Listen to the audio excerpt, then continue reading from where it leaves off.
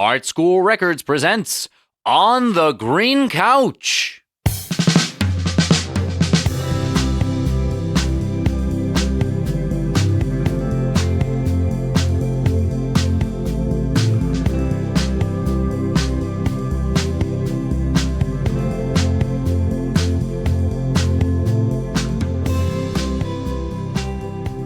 Hey, Raz. What's up, Bill? Thanks for the sweet Napster t-shirt. Yeah, right? You had mentioned that you wanted a Napster t-shirt. I mean, I just think it's a great logo, and it sort of is kind of like an interesting bookend to the world we're living in now. Yeah. Yeah, it is. Yeah. Because it was the original troublesome internet technology. Yeah. Or probably not the original troublesome internet technology, but certainly like one of the loudest. Right. Yeah. I don't think Spotify would exist without Napster. Well, yeah. What was the name of the guy who started Napster? Hey Siri, who started Napster? It's an app. You can still get. It became Rhapsody, and then became Napster again. Who knew they were still like a thing? All right, Napster is a set of 3 music-focused online services. It was founded as a pioneer peer-to-peer file-sharing internet software that emphasized sharing digital audio files, typically audio songs, encoded in MP3 format. Developer Sean Fanning and Sean Parker. 2 different spellings of Sean. The right way and the wrong way. So Napster became Rhapsody. But then Rhapsody became Napster. Napster. And they're still doing file sharing, or is it like a streaming thing? I think, let's find out. I'm curious now. Yeah, it's like an Apple Music, Spotify Premium. It's an app. They're trying to, I guess the brand probably still has some sort of currency. So they're still just trying to squeeze that fucking lemon, man. Right. But it is, I mean, without Napster, inevitably you would probably get Spotify, but it was kind of the thing. Would you though? I don't know. Because I think, I mean, obviously other people must have had the idea to share music. Right. But I don't know. I mean, when it started as a thing, that was the only way to like get songs individually. Right. Otherwise I was at the store. Yeah. Buying whole records. Right, exactly. Or hearing them on the radio or something. Yeah. But yeah, that was kind of the thing that kind of kicked things into gear as far as the digital revolution. But, but I saw the shirt. I was trolling tpublic.com. Hey, not SpawnCon. No, tpublic.com, if you're listening. Sponsor us. That's right. And I saw it and I was like, you know what? There you go. That's a cool Napster shirt. It ties into what, we've been talking about for a while. And I don't know. It's just something I thought was, All right. All right. Thank you very much, Rez. Okay. Happy November. Thanks, man. It's been a month. We've lasted a month. Did we start in October? Yeah. Cool. I think we started late September, but but this is, I don't know, episode 7? Something like that. Something like that. It's definitely an episode. It's definitely an episode. Who do we have on this episode? We have Bbartokk. Bbartokk. Yeah. With 2 B's and 2 K's. Yeah. Interesting guy. Well, what's his deal though? He's the modular synthesist that I found at the Echo Park synthesizer and guitar pedal. I hesitate to use the word convention. Exposition. Yeah. There we are. Yeah. And he was demonstrating modular synthesizers to people. I went over to him and he spent a very nice amount of time explaining how all these knobs and wires work. Wires that he makes, like you were about to say before I jumped on you. Yeah, that's okay. That's PATCHWORK Cables, which you can find. They've got an Instagram account. I'm looking at it right now. There's a bunch of pictures. What's this? This is a skull with what appears to be the very cable that was sent to Raz, wrapped around it. Yeah. So after we did his interview, we were talking cables and stuff like that because I have a woeful Fender cable that I get at Guitar Center that's about... That yellow braided one? Yeah, it's about 2 feet too short. And I can't walk around the studio. Every time I walk like somewhere in the studio with my guitar plugged in, it falls out. And I told him that, and he was like, "Oh, well, I'll send you something." And he did. He sent me this like beautiful cable, and it's pretty cool. We'll put a picture of it on Instagram. But we want to give out a shout out to Patchwork Cables. Whoa, it's like, yeah, dude, it's beefy. It's the plugs are sturdy as all get out. Yeah, I like the color. It's a cool color. It's like a neon lime. Yeah, it is a neon lime. And I'm kind of a cable nerd. I read about like the different things and monster cable this and all this type of stuff. It's like a rope. Like I feel like I could tie a dresser to the roof of my car with this. Yeah, no, this thing is badass. It's probably the best guitar cable I've ever seen in my life. So yeah, if you're into like guitar porn or cable porn, Patchwork Cables, Don't Google those. Yeah. Don't Google cable porn anyway. Yeah, totally. But he's a fascinating guy. And the one thing I didn't know is there's no keyboard on Modular, right? It's just... Well, yeah. The other night, Aubrey and I went to the Monday night residency at the Echo, and we saw a group called Crook. The act prior to them was David Scott Stone. He's a former member of LCD Sound System, the Melvins, Unwound, and the Locust. He's a modular synthesizer as well, a modular synthesist who performs using a modular synthesizer. And we were there with me and Aubrey, my wife, and co-member of the ArtSchool Records crew. And our friend Christy were there, and Christy was like, "So what is the deal with that thing? This like fucking..." It's like a suitcase, right? Yeah, it looks like an old, like a, it's like a giant ass, not quite like a steamer trunk, but like a very large suitcase, like a 1.5 times the size of an ordinary briefcase, and it's like full of all these knobs and wires and shit. But the thing is, it's all subdivided. It's not one instrument. It's like a composite of many instruments.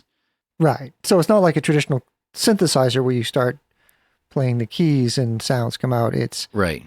He explains it as it's like a Lego system. But yeah, the best example is for anybody to Google the cover to the classic album Switched on Bach, and seeing Walter Carlos parked in front of his Moog modular synthesizer. His has got a keyboard in front of it because he's a pianist, but you don't have to have one of those there, and Bbartokk doesn't use one himself. So imagine the cover of Switched on Bach minus the keyboard and the funny clothes, and that's something what Bbartokk is like. Okay, yeah, I'm doing that now. Some of the big news this week is that the record label that you, me, and Aubrey and Dixie are working at is we set up a Spotify playlist so you can hear some of the music from our guests. If you search On the Green Couch on Spotify, you can find the On the Green Couch, Friends of the Pod playlist. And there you can hear groups like Terabyte and King Mala, Ever So Android, and this week's guest, Bbartokk, the modular synthesist who does not use a keyboard.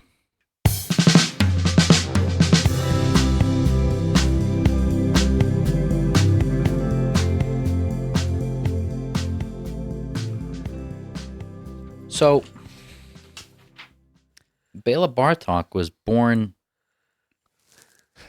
very close to where my great-grandmother was born. She was Hungarian. It's now a part of Romania. Oh, okay. Because First World War. Okay. So we do have Bbartokk in the studio. Everybody thinks he's Dracula. He's not. He's not. Not all Romanians are Dracula. He's actually sitting... It's a common misconception. There we go. My family comes from Transylvania. I don't know any vampires. Well, you might. Yeah. I might. Wait. What's the deal with calling yourself Bbartokk. There we go. Are you Hungarian? No, no. So I grew up as a classical musician, and You're from Los Angeles? I was born in Chile. Okay. Yeah, so I'm from Santiago, Chile, but moved here when I was very little. So grew up in LA. How old were you when you got here? 5. So you've been here for how Yeah. old are you now? 42. All right. You've been here for your whole life. Yes, yes, yes, Functionally speaking. yes, yes. Those first, I don't know how many years you count until you're basically just like that. You can cut it off and be like, if none of that ever happened, it wouldn't matter at all. I got a nephew who's 7. Maybe he's 9. It's an odd number, whatever it is. Seems pretty ingrained with personality. Right, but I came online, I'm doing the air quote. I came online when I was like, Is this your Crocodile Rock story again? no, it's not like, no, like my earliest memories is like 4 years old. So, I mean, anything prior to 4, it doesn't matter where I was from or what I did because I don't remember any of that. I grew up with classical music, and at the time that the internet was starting to take off for me was mid 90s, and you would go online and you come up with a name. You didn't use your real name, and Okay.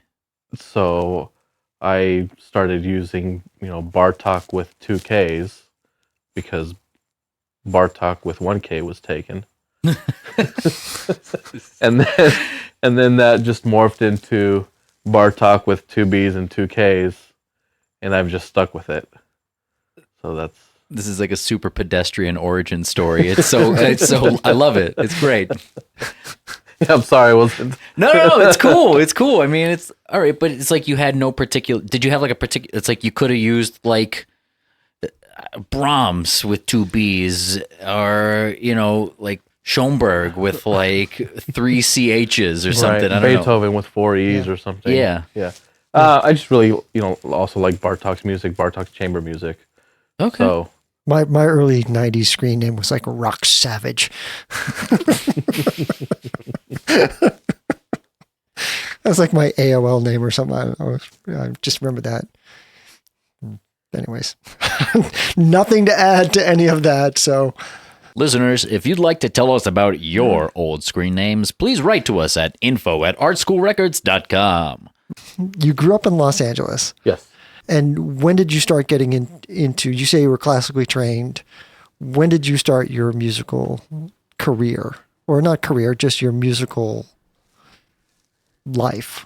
I started at 5 years old with a piano. My grandmother was a piano teacher. My aunt was a piano teacher. So I didn't really have a choice at 5 years old. This is what you're going to do. So from kindergarten to 4th grade, I was playing piano, and then I decided to pick up the cello. And then so I studied the cello for the next 20 years or so. Oh, damn. You keep up with it? Sometimes I still have, my cello, and it's there, and every once in a while I'll take it out and play. My kids now are starting to, they also study piano, and my daughter played the cello for a little bit. So I play with them, but I try to just keep it fun and not become there's no ruler over the knuckles. Right. Wrong note. Was that what it's like when you were learning? Oh yeah. There was rulers over the knuckle. That's no joke. I mean, that's it was very strict, and it was kind of like a chore. You had to do this, which I appreciate now. But as a kid, you're sitting there, and my grandma, she's pounding away at the piano with a ruler, and Yeah. but it started early on, and all through college, I was a music major Where'd you study? at La Sierra University in Riverside. So you've always stayed local. Yeah. All right. It got to a point, though, for me where it was just really stressful, and I wasn't getting a lot of the support that I felt at that time would have been helpful. So I just completely dropped it, switched over to computers. Music altogether? Music altogether, completely dropped music. I've talked to a lot of people, and this is a pretty common. Yeah, I was just... We had just had a conversation with Amelia Card about this. You're like the 4th person to come on and say, yeah, there was like a window of time where just like nada musica, like nothings. And it's A little bit weird that keeps coming up. How long were you out of music for? Oh, I'd say I was out for probably a good 15 years. Oh, dip, Wow. that's the biggest one yet. Yeah, that's the biggest one. Yeah. Yeah. Did you miss music? Oh, absolutely. Okay. I missed it. I missed playing, especially small ensembles, string quartets. I love playing in string quartets because it's so personal.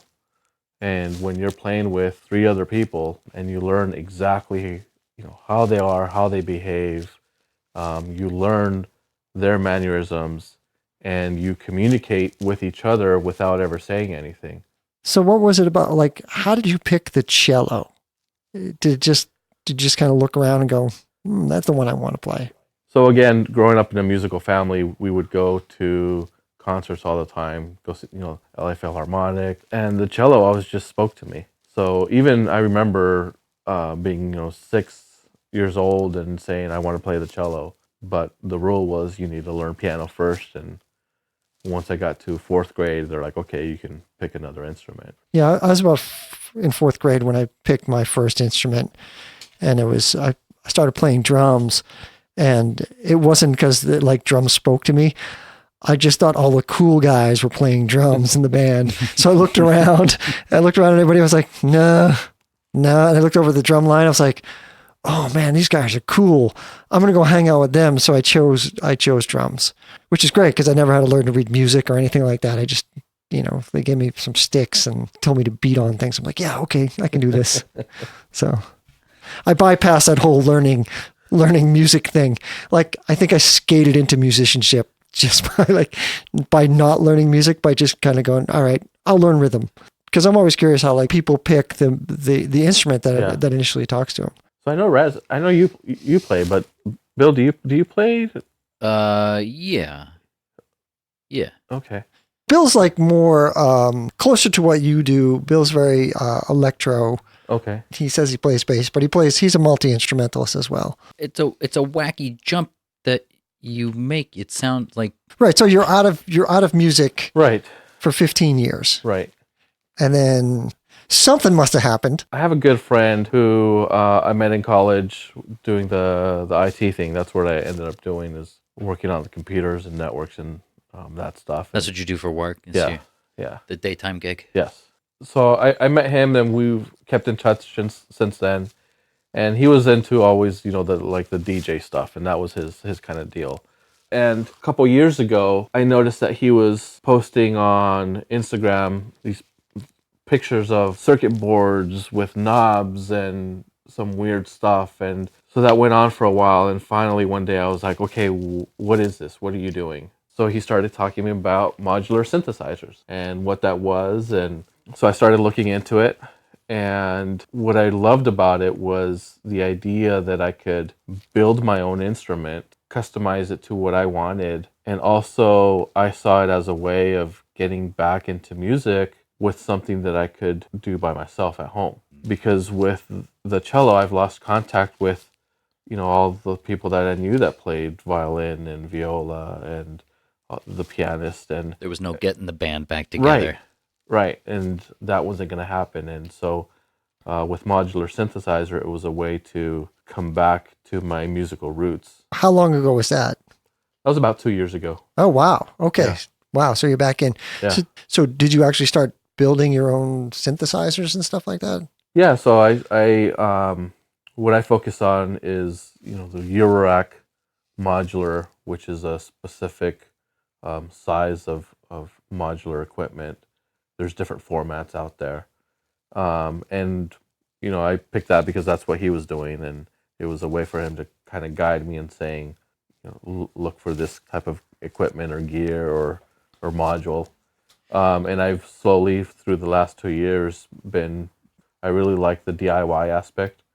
I think that's where my IT side of the brain also kicks in, where I can solder this and I can build this piece, and slowly just putting together for me a complete instrument in one case that I can travel with and perform with. So what we're talking about is like a box. It's like a deep briefcase. Think about like a typewriter suitcase type. What would you call it? A suitcase typewriter? you're talking about it like it's a single instrument, but I think it might be more accurate to describe it as like a compilation of a bunch of different instrument parts. It's like it's not like a cohesive thing like you think about like a piano where it's like that's like a solitary instrument, and if it's an electric piano it has like effects on it and stuff, but it's all sort of like built into this case. Yeah, so I kind of it's really hard to describe without showing, but I kind of like the idea of like a Lego type musical instrument where you get to pick specific parts. And for guitarists, it's almost like a pedal board. You know, if you have a collection of pedals, you can choose different effects pedals, you can choose different filters and put them together. Different ways of processing the sound. Right. And then so as you're performing, you can choose that your sound travels through this particular pedal and you get this effect out of it. And the same with modular synthesizers. There's modules that do very specific things. I don't know how detailed. We don't like to talk down to our audience. We like to talk at. Yeah, we do like to talk at her. Yeah. Personally, I'm fascinated. So please, because I've watched on YouTube, pedal guys like Wampler Pedals has a really great YouTube channel, and he talks about the boards and the chips, and there's a whole discussion about a specific chip that was made in 1979. And everybody claims that it has like the best tone, and it's kind of been debunked because it's just a chip. And so I'm kind of fascinated about this, because the other thing is we've talked to people about luthier and making guitars, and how that kind of mojo gets built into the guitar. So I'm really fascinated because you're doing pretty much the same thing, but just to a different instrument. You're building it much like a luthier builds guitar and kind of puts that mojo into the guitar. You're building your own synthesizer and kind of putting your own little mojo in, because I'm sure there's all these secret little circuits that this does that and this does this. So the way I go is kind of back to that Lego concept of you really getting granular about what your sound does and how it does it. If you buy a full-blown synthesized keyboard today, you have these preset sounds that come with it. And you might push a button and you get these types of drum sounds. And you might push this button and then now you've got some chorus sounds. But those have been created by the maker of that keyboard. They decided this is what the drums will sound like. They decided this is what the string instrument will sound like. And what they've done is basically taken all of the components of how synthesizers started back when it was, equipment from the military, the oscilloscopes and filters, and taking that and letting you guide where you want that sound to go. It's the sandbox, right? Right. I think that's a video game term. It gets used a lot where they talk about like you can basically run around and do whatever you want. Make a castle, make a river, make a monster. It's all sand. Make whatever you want. You can't go outside of the box, though. That's like it's got boundaries. But the thing that you built and that you're describing, yeah, it's got limits.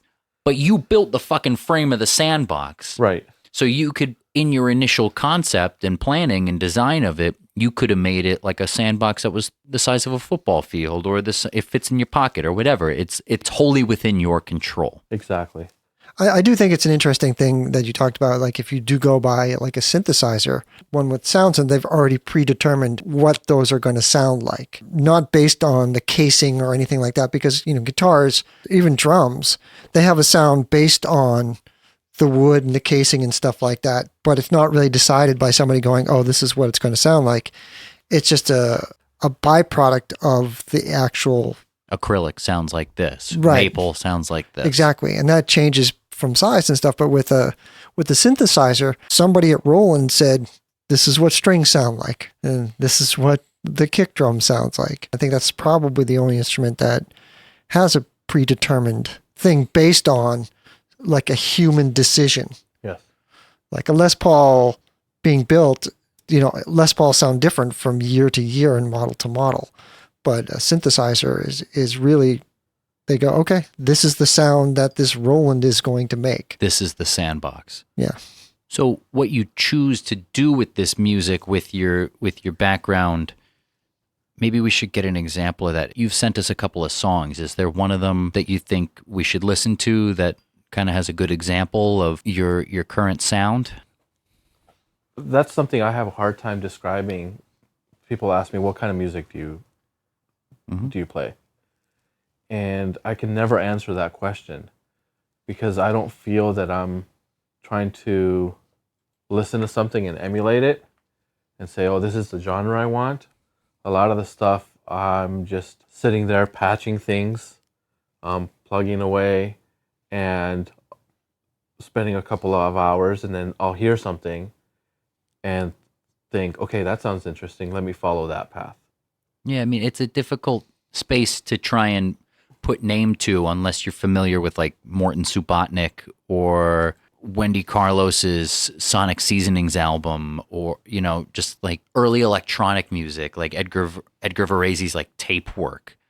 When you call them classical music, people tend to think more of chamber music. Right. And that's why within certain circles, it stems from that sort of intellectual background, but it's in a postmodernist approach to composition and to what the net result is. It's difficult to define. Yeah. I don't know. It's new music. It's proto-electronica. Well, it's interesting you say the journey, because I can hear that when I was listening to your songs. I like Sapphire. I thought that was cool. Okay. And it's funny because you say you were classically trained, and normally, like when you hear somebody classically trained, they implement that kind of thing into you can go, oh, well, that obviously that guy played Like switched on Bach or something. Yeah. But I didn't hear that, which is a good thing. Oh, that's interesting because I always feel that I have too much of it. And I try to pull it back thinking... Well, I mean, I'm an admitted Cro-Mag, so I don't listen to a lot of like chamber music and stuff.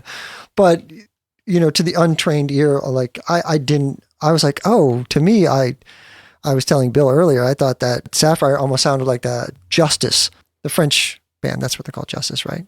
I think it's just a single dude, but yeah. Yeah. But that's what I heard. I didn't hear like a traditional, what I would consider classical music, but I did hear the journey. Okay. I heard how it just kind of starts and then it just kind of flows into the next thing. And then before you know it, you're just kind of moving along. So I can hear what you're talking about, where you kind of start and you go, oh, let me follow this path. Let me follow that path. When you said that, I was like, oh yeah, no, I can hear what you're laying down. So this is what I'm saying though, is that like it would sound like air quotations, quote unquote, classical music if you were kind of like following the current beats of it. There's a group out in New York called the Y Music Ensemble that performed a piece by a composer by the name of Andrew Norman, and it's a piece broken into two parts, and the whole first half is basically like working through like overtones and different kind of like timbres by, playing through different parts of the strings. The ensemble, I think, is like two violins, viola, a flute, and a trumpet. It's kind of like a weird configuration, but the strings are able to sort of like work through these sort of like granular sounds the way, if you're operating filter processors, you can kind of like still dig through and be like, it's like, yeah, let me adjust the cutoff. Let me tweak the resonance. Let me sort of like see if I like move this oscillator one way or the other thing, if it makes kind of like a fatter sound, a thinner sound, a hollow sound, I see what you're saying. It's very similar in that aspect of classical music where you say they work through all this type of stuff. But that's a really sort of current mode. That's not something you would have heard before the 1960s, which is, most people get their classical music learning from Looney Tunes. Yes. Yes. I'm included in that. Kill the Wabbit. Kill the Wabbit, right. But like I said, I heard the journey and I can hear what Bill's talking about now. Now he kind of explains it to me because he's much more literate on these things. So we should take a listen to Sapphire then. We should take a listen to Sapphire. and then we'll talk about that afterwards. Okay. Okay.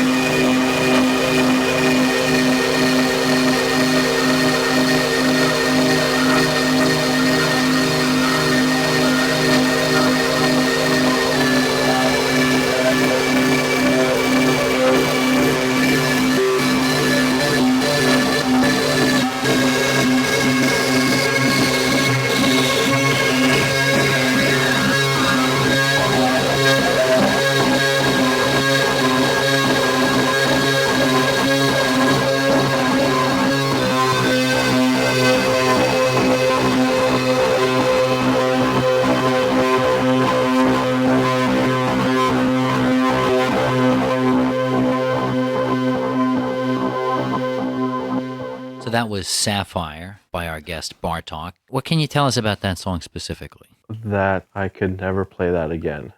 I was glancing over at your one of your online presences, and you have this kind of interesting bit written. Music created with modular synthesizers, all tracks recorded straight from the live performances, no digital audio workstation, no mixing, no editing. So that was the sound of you at work Yes. in real time. Yes. To me, I didn't hear any classical stuff. That was like more akin to like Marilyn Manson. You know, like I hear like a little bit, you know, the Beautiful People type of thing. But even there were tones that like guitars try to get. I love how it just kind of just hits that wall, and you use distortion as part of the sound. And toward the end, there's almost like a little psychoacoustic thing happening where the human ear tries to make sense out of tones. And you can almost hear other things. So you'll never be able to recreate that again. No, sadly, I don't always write down the patches. So back to the modular synthesizers and how that works is you have to connect cables from certain modules to others. And once you unplug everything, then that's gone unless you've meticulously written down exactly where each cable went and also what each specific module, what the knob levels were set to. So you're patching, unpatching cables as you're recording this stuff. You're playing and just patching and turning knobs and stuff. Patching or turning knobs, making little adjustments here and there. Yeah, if I don't write it down, and now I'm trying to get myself in the habit of writing that down. But even then, when I'll play something, it's going to be different because I can decide I really like how this is going right now. Let's keep this going. Let's keep this groove going. Or say, okay, I really like this. I'm going to keep it going a little longer. So there's always a little element that's different every single time. If I don't have those down, then I couldn't go back and replicate it because it was something spur of the moment that I did. When we're listening, we're just kind of talking, and you're like, oh, this part is, you were saying one. Yeah, so that syncopated rhythm that started from the beginning and just kind of stayed there along with the whole piece. That was 2 or 3 LFOs. One was resetting the other, and then that was resetting the main one. And that's where I got that syncopation. That particular combination gave it that syncopation, but it was a little off. Like it wasn't always exactly the same. So sometimes it pushed a little more, sometimes it could pull back a bit. And that's why I really love this equipment, because sometimes it can be very robotic, but sometimes it can be a little random and just enough where you don't really know what you're going to get. Right, and that's what I liked about it. So that, I'm going to call that the groove. So like you pick that groove, and I was waiting for it to be like on synthesizer robotic music. I was waiting for it just to be kind of on the beat, but I was like, okay, I couldn't really lock in, but I started to like it because it wasn't just, hitting on the 2 or the 4 or whatever. Is your process like pure discovery? You just like walk up and go, okay, I'm going to just turn some knobs and then see what happens here and then kind of work it through that way? Or do you hear stuff ahead of time and go, I'm going to try to... No, it's mostly discovery. I try to tell myself, okay, I'm going to try to come up with something and ahead of time. And this is, maybe I'll write this down, and I have a little notebook. Sometimes I'm working and I get a little tune in my head and I'm like, oh, that might be cool, and write it down. And then when I go to do it, it never really works out.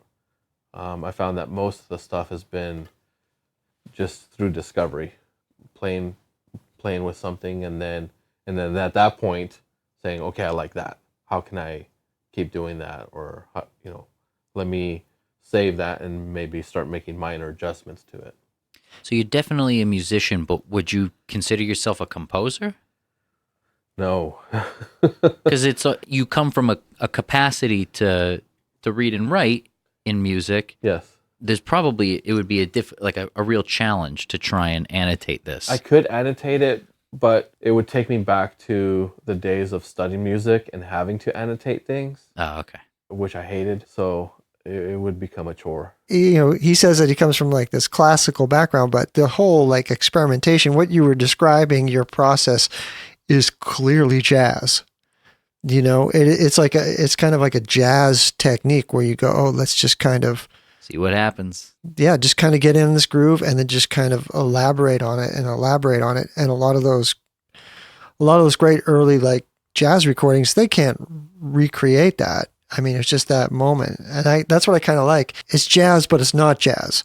You know, when people say, like, oh, it's jazz, every eyes roll back, or somebody starts talking about, you know, some Charlie Parker thing that they've heard and They're from thinking the of the 1950s. yeah, right. But this is kind of like the essence of jazz, where you just go, oh, let me discover where I can go from here, and let me discover what happens. Because like I said, I like that. And when you were really kind of in Sapphire, you really started to push the distortion, and it was just kind of making its own sounds. You know, almost like when a saxophone player is playing jazz, and they just kind of, you know, they skip the groove, Right. and they're just like out there. You know, They start to wail. yeah. So I mean, I find it interesting that your approach to this modular synth, which is very robotic, is very similar to a jazz approach, which is very human. You know, Yeah. No, you put out a record this year, called Clusters. Sapphire's the lead track on that, and I'm noticing everything's named after types of rocks. Yeah, minerals. You got a thing for crystals? Just for that album. Okay. I was gonna say, like, why don't you? I sent this to my wife the other night. Why don't you tell the listeners what it is you're looking at there? Right, so it's the nation's top pseudoscientists harness high energy quartz crystal capable of reversing effects of being Gemini. I'm ribbing on my wife because she's into crystals Okay. in the way that is sort of a thing now. Yeah, Or so has been. I don't know. Tell me about the past, Raz. no, every guy's into crystals. Who? No, every guy is into crystals. Every guy? Every guy is, when they meet that girl that's into crystals. that's exactly right. He nailed it. So I'm surprised you're not into crystals, but Oh, let me pull out my lapis lazuli pendant. you know, I met a girl once and she was into crystals, and I was like, all right, I'm in. I use them as decoration around the fish tank. I think Lester's probably been alleviated of a lot of tension because of the crystals I keep around his tank. Lester's my pet lobster. I know Lester, yeah. Lester the Lobster. I'm trying to get Bill to make me some Lester the Lobster t-shirts. Okay, so you've got no particular affinity. All right, so Well, forget this. so Raz is right. I mean, my girlfriend, she's into crystals, and she has some crystals. And what I liked about it, and why I went with clusters, and every track has a name from some mineral or crystal, is the idea of how they're formed. And over time, you have these clusters that are formed, and it's a layer of something that just repeats itself. And so that's where it came into the music, where I have a track, and I have this particular rhythm or this particular riff that's just going, and I'm building on top of that. That's a really wonderful I'm saying that's a really wonderful parallel now. Now that you've explained it as being sort of like kind of two peas in a pod, sonically and Yeah, he just made the whole thing sound like, oh, that makes sense. yeah. What's I'm sorry, sonically and geologically. That was the word I was looking for. Because he could have just said, yeah, my girlfriend's into crystals. So I wrote the song. They sound cool, man. Right. As I was doing it, I was picturing how it was being formed and the shapes that it was creating, and then I found similar shapes in different minerals. That's really satisfying. If you look back at like the Aphex Twin catalog or something, I have to imagine some of those names that he's writing on those songs is just because songs need names. In a pre-impressionist era, you'd have something just like, oh yeah, this is Opus 45 in C major. It's just like the least possible necessary amount of information in order to distinguish it nominally from another song. Right.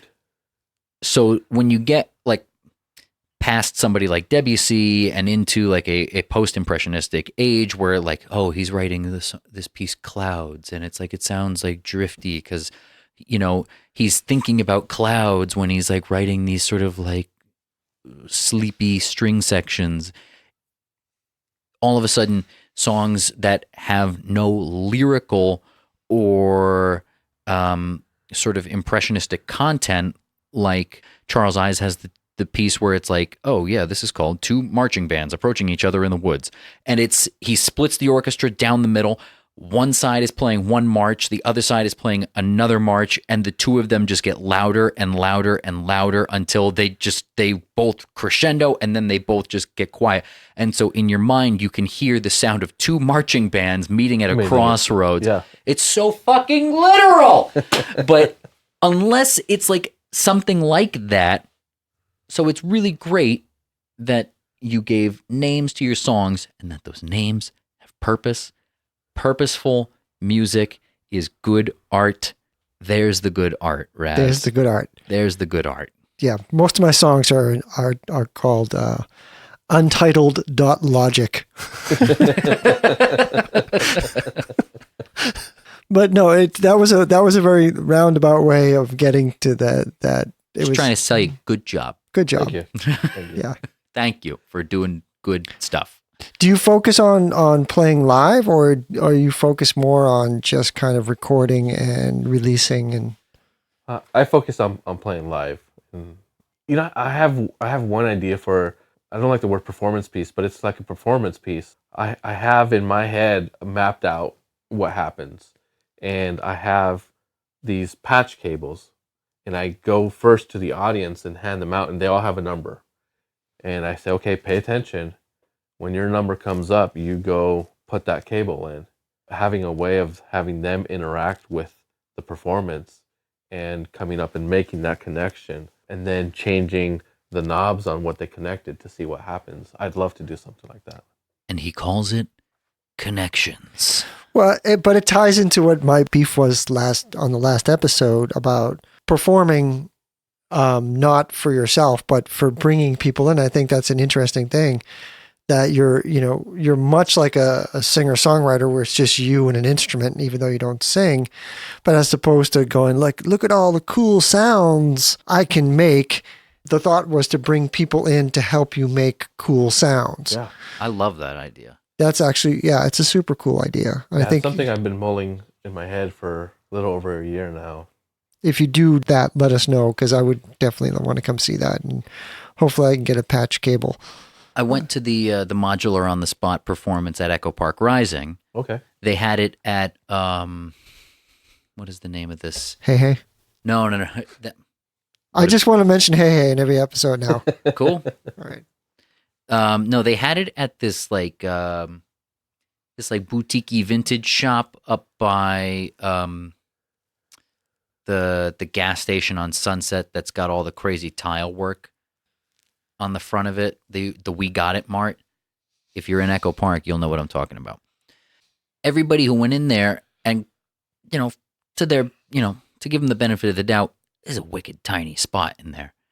It's a tiny little store. There's not a lot of space for you to like be comfortable, and it's kind of like weird to like get too close and to approach. But people were like interested in this, but I think from a sort of like a what's this all about vibe.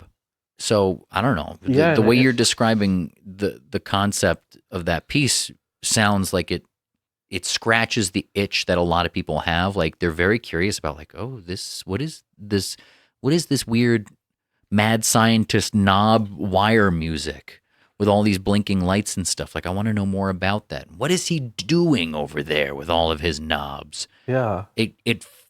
It educates as well as entertains simultaneously, and that's like head and shoulders above what most people are doing. Yeah, and that's a great point because I've been at a couple of performances and watching somebody, and there'll be someone that just happened to hear about it and thought it was something interesting to go do on that Sunday morning, or and they're like, "What is going on? Like, what is this, and why is this?" We get the same 2 questions about the podcast. Why? It just is. It just exists. Exactly. So where can people find out about your work? Cables, music, So, IT. Yeah, let's start with your music. Where can people find your music? I have on Spotify. If you look for Bbartokk with 2 B's and 2 K's. That's BBARTOKK. On SoundCloud, you can also search for Bbartokk 2 B's 2 K's, or follow me on Instagram if you want to see, some of the shenanigans that I get into, or also some of the DIY stuff, the modules that I'm making, and I like to post pictures of that and to try to teach people that there's other options out there that can be cost effective, or if you're really curious about learning, how this works. So I will post pictures of that on my Instagram. And your cable business is called? PATCHWORK CABLES. Also on Instagram under PATCHWORK CABLES, or the website is patchworkcables.com. Thank you so much for coming in and sitting on the green couch and shooting the shit with us. Yeah, it was fascinating. It was good. Oh, thank you. I had a great time. I was a little nervous coming in, but I appreciate you inviting me over. All Yeah. right, that's cool, man. Yeah, it's weird sitting on the couch, right? Yeah.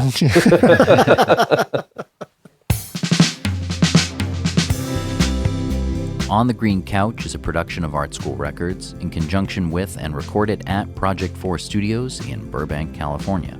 The show is edited by Raz, with additional production support by Dixie Trussell. Please remember to subscribe, rate, and review us in Apple Podcasts or wherever you get your podcasts. It all goes to helping other people find us. For more information, please visit our forever home on the web at artschoolrecords.com. I'm Bill Zunkin, and thanks for listening.